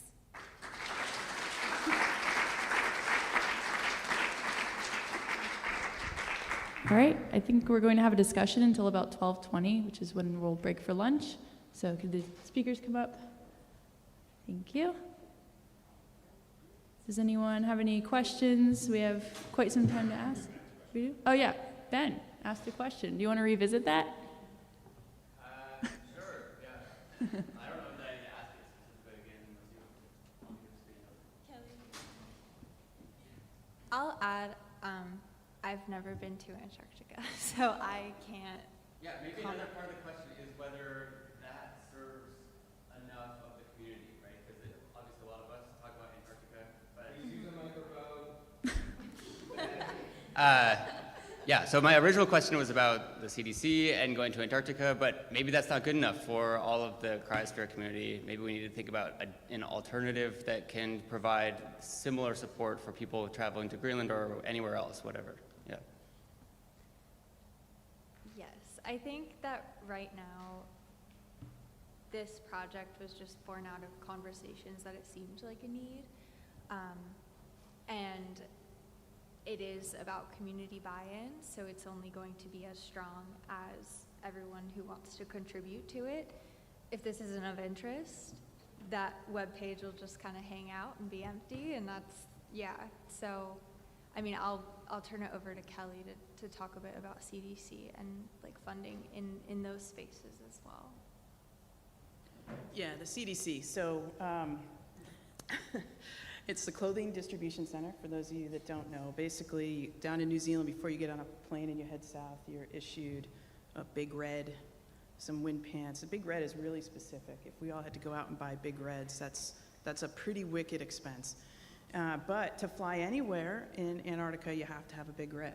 So, and that's what it's provided for. It's provided for safety. So most of the clothing that's coming out of the CDC is specific to safety, or very, in a lot of cases, very work-specific. People who are working outside. The quilted Carhartts is the best example, right? So this is a resource that's really geared towards safety while we're moving around on the continent, and then some work-specific clothing. So some of the cuts, that we felt, right? Like goggles one year were an issue. The lack of Carhartts, people kind of found out about that kind of mid-deployment. That's on us. We need to do a better job about communicating that type of stuff out to you folks. That's on us.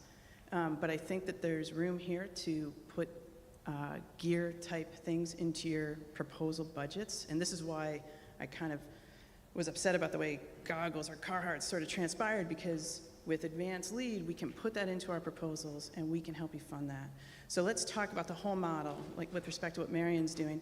If you put this in your proposal, Marion's, keep in mind, putting together really good packing lists as well, because just buying goggles doesn't solve it. The goggles we use to go skiing actually, are too bright to allow for definition. We know when we're down there, you really want a darker shade of goggles. So let's make those packing lists not just, hey, have goggles, but be a little specific about what's really needed in the area.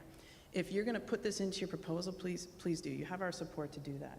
Obviously we've got tight budgets and stuff. Be reasonable, but be, put in what you need.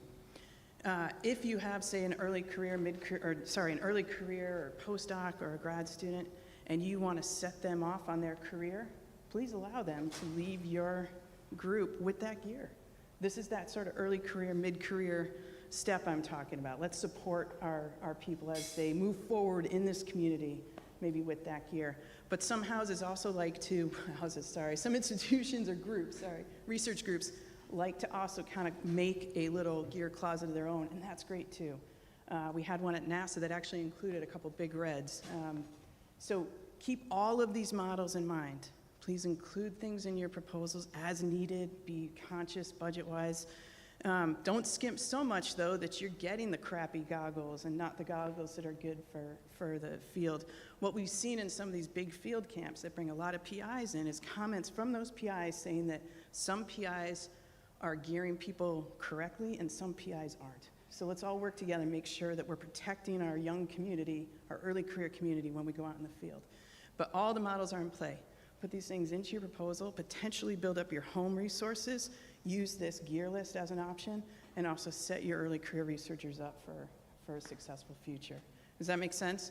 So the CDC, we understand this. This is an issue. I don't think that the clothing that they're providing is really great for really deep field type activities. So we've got to make an adjustment there, work with the packing lists, work with mentorship circles, or work together to get a good sense of what's needed out there. But appreciate that the CDC is about safety when we're flying and some work-specific stuff for people in the community. Does that get us there? Can I just break in and follow up on one important bit of that, which is when you buy these things through an institution, I think it's important for Kelly to know and the NSF to know, I get emails from administrators that are like, why did you buy socks? Where are these socks going? Like, can we tag them? It's completely unhinged, right?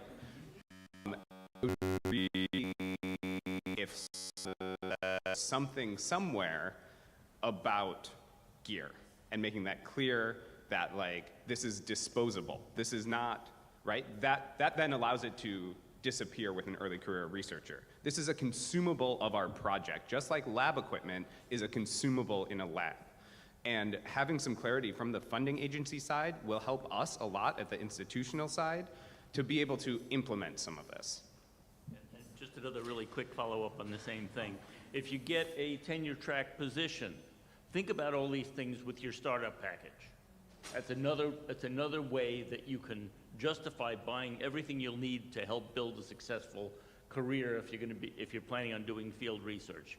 So if you don't have another source for all of the things you need, when you're negotiating a faculty position, you want to be as specific and detailed as what you'll need to be successful and present that to the department that you'll be coming to.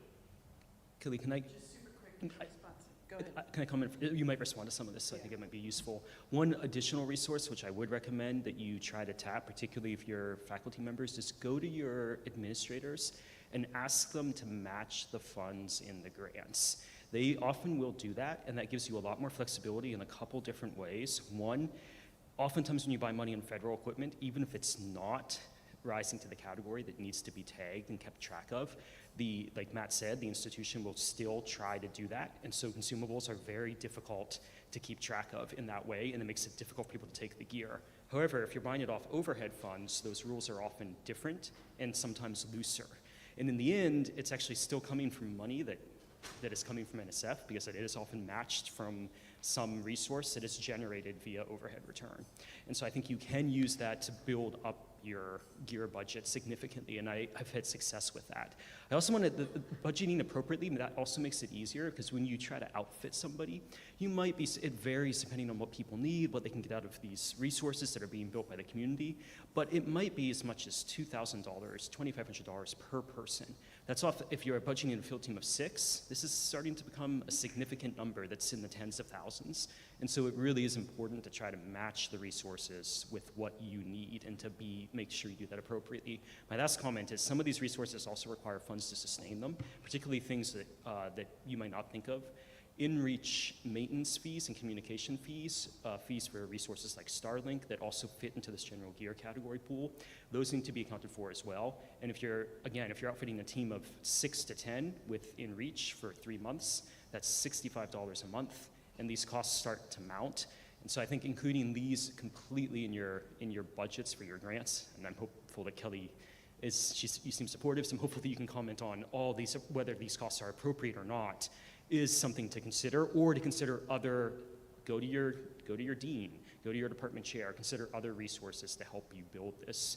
And you can be quite successful, but it takes a lot of effort to build and maintain these pools. Yeah, so quickly to Matt's point about comments to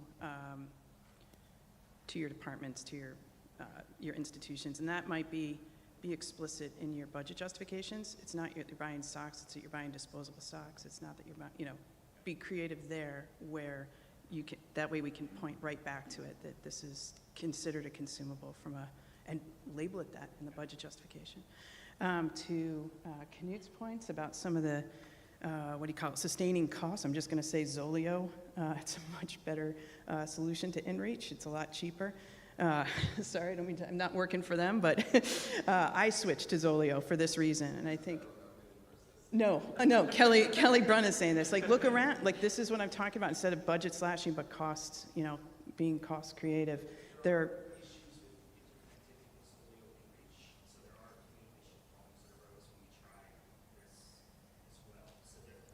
Yeah, and I don't think, I don't want to pay subscription costs throughout a full year, so figure that out too.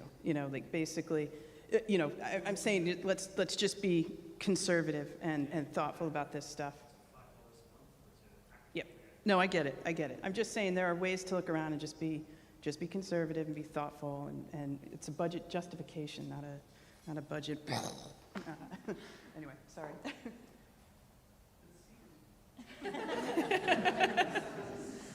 So we're talking a lot about resources and how they relate to money, but a lot of us do a lot of work that we can't charge to a grant that might fit into what you're doing, Marion. So I know for myself personally, I spend several hours a week every fall talking to first-timers going to the field. And I know that people in the community reach out to me because they know I'm willing to do that, and I'm willing to do that because people in this community did that for me. And I'm wondering if you have any ideas about ways that we can use your gear sharing website as an information sharing platform, or if there would be any space for us to record videos about the common things that we say in these conversations so that when I have conversations with people, I can be more focused to their specific needs and not spend the first 30 minutes talking about what I bring or how I deal with going to the bathroom in the field, because that's scary for people. And it goes so far, the hidden curriculum of fieldwork goes so far beyond what we bring.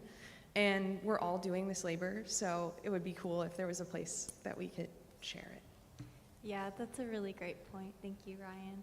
A lot of resources are out there. So Cryo Community has a fieldwork page where there's information. Paseco also has a field guide page.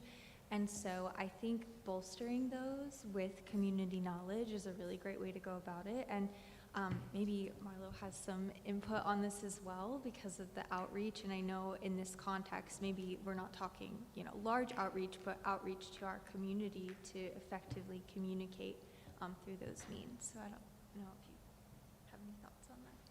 Well, no, I don't, except that I'm willing to help in any way that I can. I have a question for Marion. Great presentation. So coming from a paleo-oceanography perspective, I'm what I've heard as referred to as a boat person.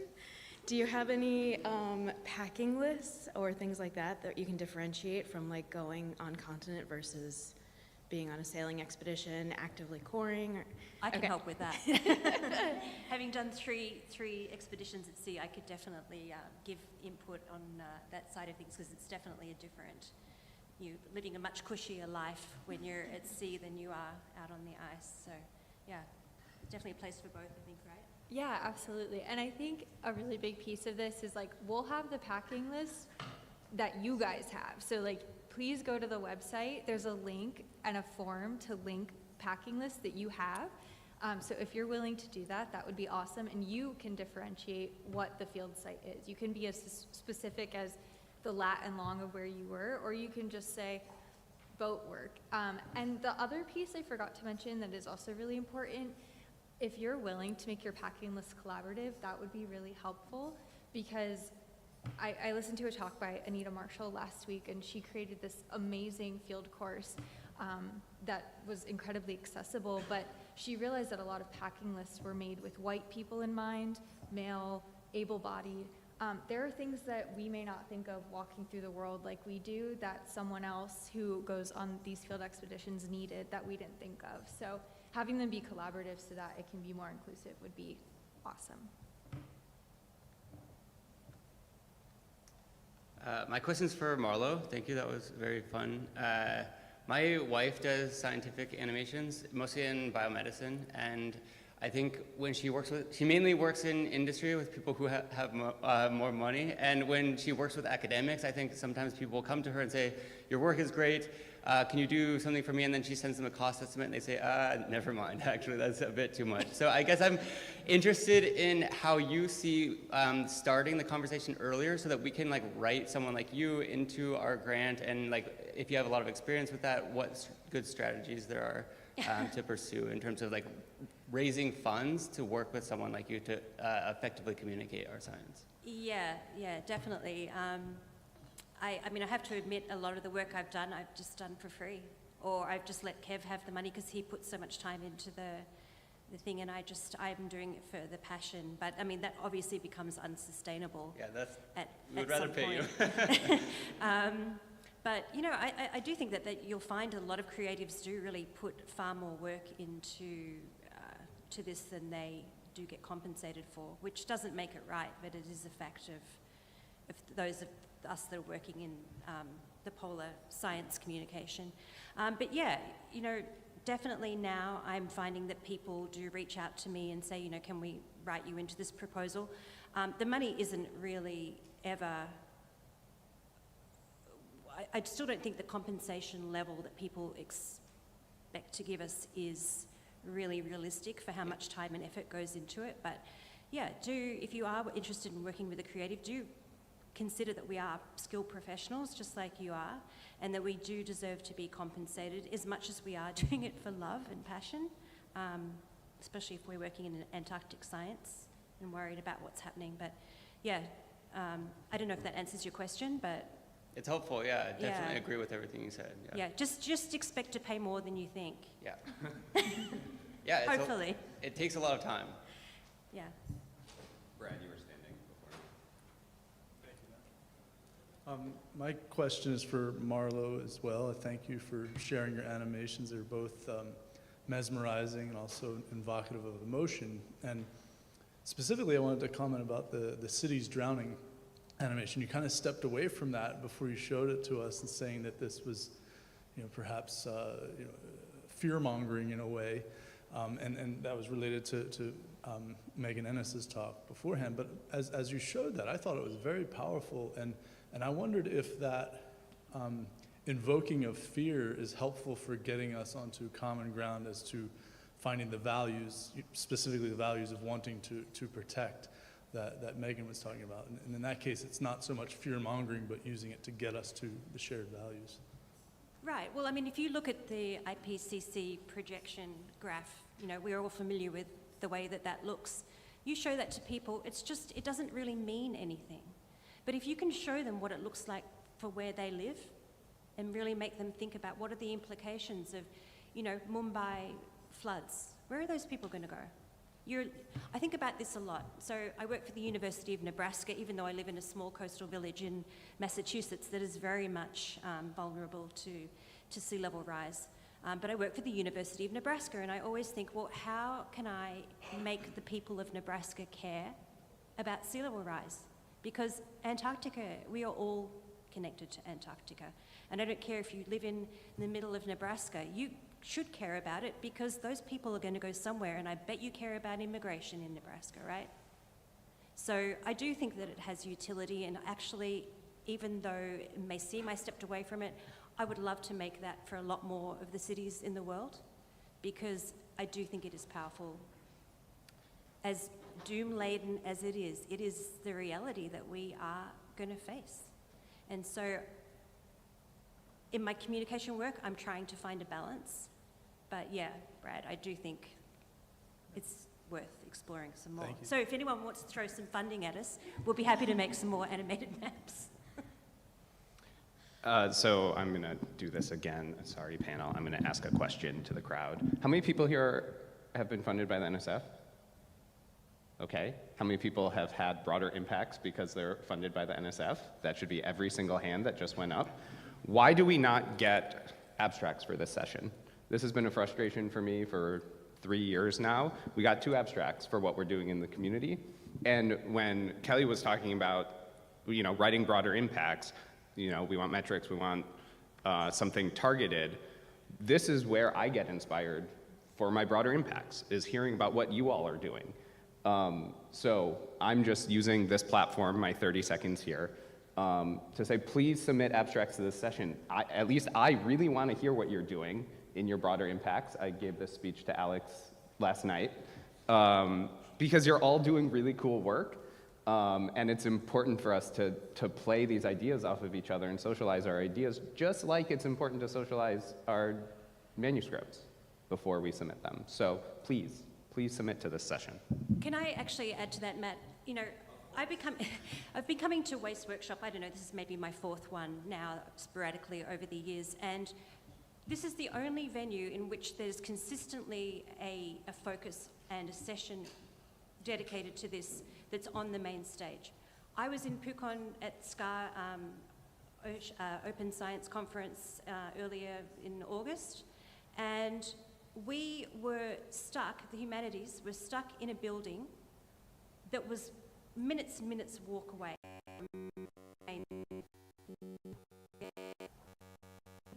What we do, the work we do, without us, no one knows about you. For real, okay? So whether it's people working in journalism or people working in the creative or the other humanities, we have to have a presence on the main stage at major science conferences. Even with the SCAR committees, we had the US SCAR lunch meeting, right? There was not one representative from the humanities that was representing US for SCAR. Now, I don't get it. Without us and the work we do, no one knows about you, no one remembers, but you have a brilliant opportunity to have your science be memorable, have your message be memorable, but we have to choose the right kind of messaging, and we have to get it out there, and we have to invest in it. And I'm going to step off my hobby horse because I could go on for a really long time, but I feel very passionate about it. So. I'd actually love to follow up about that messaging, because that's a great point that we've talked a lot about in this session, on how to use language to communicate, and even using fear and the concept of a doomsday glacier to convey the sense of urgency, and how is fear used to create the sense of urgency within the scientific and other communities. But I would love you to speak a little bit to how you think that hope is actually a possibility to use to inspire action. And is there a benefit to using that to fuel collaboration rather than based out of fear? Do you have thoughts? I'd like to hear. Yes. I mean, that's a lot of the work you're doing, and it was amazing to see that. Yeah, what you're doing is a hopeful sort of action, right? Yeah, no, it's really important. I don't know, I feel like, I guess my easiest answer, I'm still trying to figure that out day by day, minute by minute. But I do think that humor is it's a powerful tool. You'd rather watch something that's funny and set to music, and you'd rather watch it again and again, and then think about the message later, right? So if you do watch this Dumb Ways to Die video, which is basically a public service announcement from my city, Melbourne, Australia, about train safety and not making silly choices that make you unalive yourself while you're riding the train in Melbourne's transport system. But it's funny and it's catchy, and it gets in your head, and once you've seen it, you have the tune going through your head, and then you can think about the message later. So why don't we take that approach? You know, what could we do? How could we make the problem that we face and, you know, somewhat the inevitability of it actually interesting and fun and something memorable that we'll think about, you know, and act on? I think that's the way. I really do strongly feel that that's a really powerful way to do it, but I'm really interested to talk to people. How do we do it? What's the approach? And where do we get the funding? I just have a related question or even idea about that. To transport something like a positive message. I mean, we heard this morning from Reed that we know now the Antarctic ice sheet is reacting much faster than we anticipated. And I mentioned yesterday this latest paper of Natalia Gomez.